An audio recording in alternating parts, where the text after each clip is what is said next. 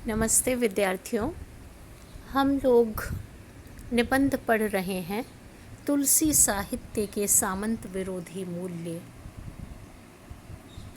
निबंध को आगे बढ़ाते हुए इसकी विशेषताओं को आपको समझाएं। इस निबंध में निबंधकार ने तुलसी के साहित्य का अवलोकन किया है।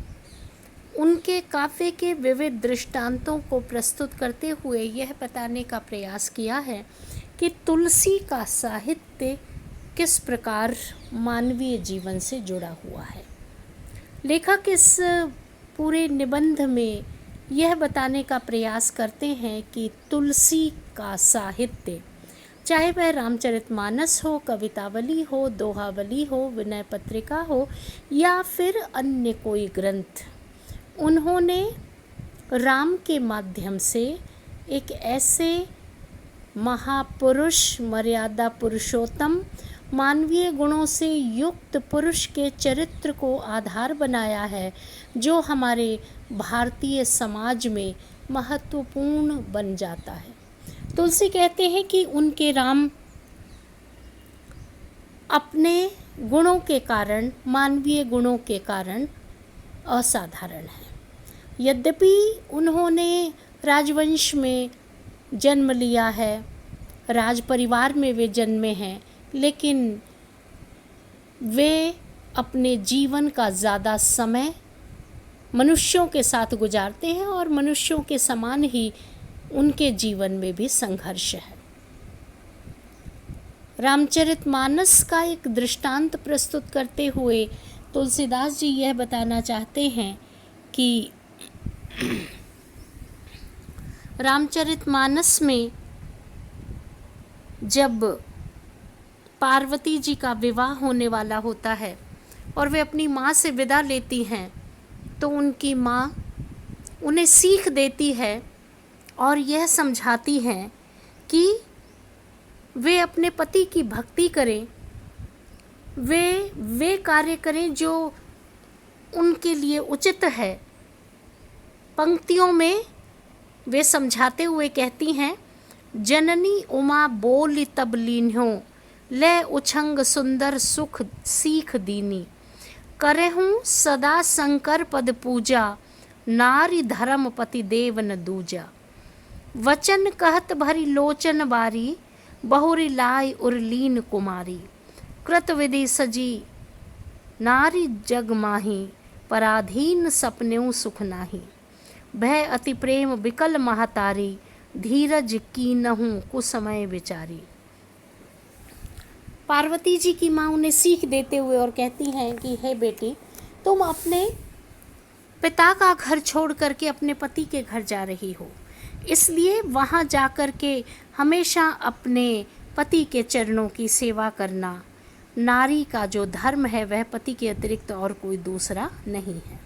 ये बात कहते कहते उनकी नेत्रों से आंसू बहने लगते हैं और बार बार अपनी पुत्री को गले लगाते हुए कहती हैं कि हे सुकुमारी, मुझे एक बात समझ में नहीं आती कि विधाता ने नारी की सृष्टि संसार में सृजन क्यों किया है, क्योंकि नारी हमेशा ही किसी न किसी रूप में हमेशा पुरुष के अधीन रहती है।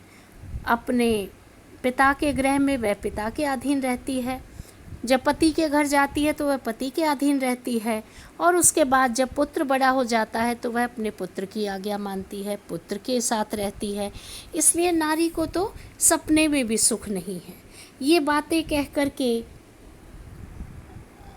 माँ पार्वती जी की माता जी बहुत व्याकुल होती हैं और अपने आप को धीरज बंधाते हुए कहती हैं कि हे उमा, तुम अपने पति की सेवा करना। एक तरफ तो पराधीन नारी के स्थिति को वो बताती हैं और दूसरी तरफ जो जीवन का यथार्थ है उससे भी वे परिचित करवाती हैं। यहाँ तुलसीदास जी की इन पंक्तियों में कृत विधि सजी नारी जग माही, पराधीन सपनेऊ सुख नाही, बहुत सारे विरोधाभास उत्पन्न हुए हैं और बहुत सारे आलोचकों ने यह बताने का प्रयास किया है कि तुलसीदास जी जो है वह नारी के स्वातंत्र्य का विरोध करते हैं और बार बार वे कहते हैं कि तुलसीदास जी ने लिखा है, ढोल गवार शूद्र पशु नारी ये सब ताड़न के अधिकारी। ये उन लोगों का मानना है जो बार बार यह कहते आए हैं कि नारी को पराधीन रखना तत्कालीन समाज की स्थितियां भी थी, लेकिन दूसरी तरफ तुलसीदास जी सामंती व्यवस्था में स्त्रियों के एक धर्म पुरुष के निर्वाह के लिए है तो दूसरा धर्म उनके रामराज्य की स्थिति में यही आता है। उन्होंने राम के लिए भी यह कहलवाया है, एक नारी व्रत रत सब झारी ते मन बचन क्रम पति हितकारी। जहाँ नारी के लिए पति की सेवा की बात कही है, वहाँ पुरुष के लिए भी उन्होंने कहा है कि जो पुरुष एक ही पत्नीधारी है वह हमेशा उसका स्मरण करता रहेगा और उसी को ही अपने जीवन में उस पति के लिए यही हितकारी है। तुलसीदास जी ने राम के माध्यम से ये सारी स्थितियाँ बताई हैं। राम का परित्याग करने के पश्चात भी वे राम जब आवश्यकता होती है तो वे सीता की प्रतिमूर्ति बनवा लेते हैं, लेकिन दूसरा विवाह करने के लिए तैयार नहीं है। तो इन दृष्टांतों से यह पता चलता है कि तुलसी ने अपने साहित्य में जो कुछ रचा वह सामान्य मनुष्य के लिए रचा।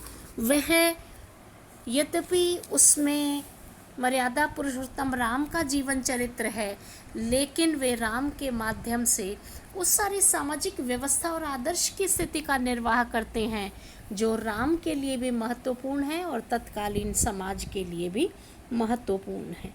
तुलसी के साहित्य में ऐसे ढेरों दृष्टांत मिल जाते हैं जिनसे यह पता चलता है कि वे तत्कालीन आर्थिक, सामाजिक, धार्मिक, सांस्कृतिक, स्त्रियों की स्थिति, इन सभी पर विचार करते हैं और विचार करते हुए वे सामंतों का विरोध करते हैं और उसके विरोध में उन मूल्यों की स्थापना करते हैं और आदर्श की स्थिति को प्रस्तुत करते हैं।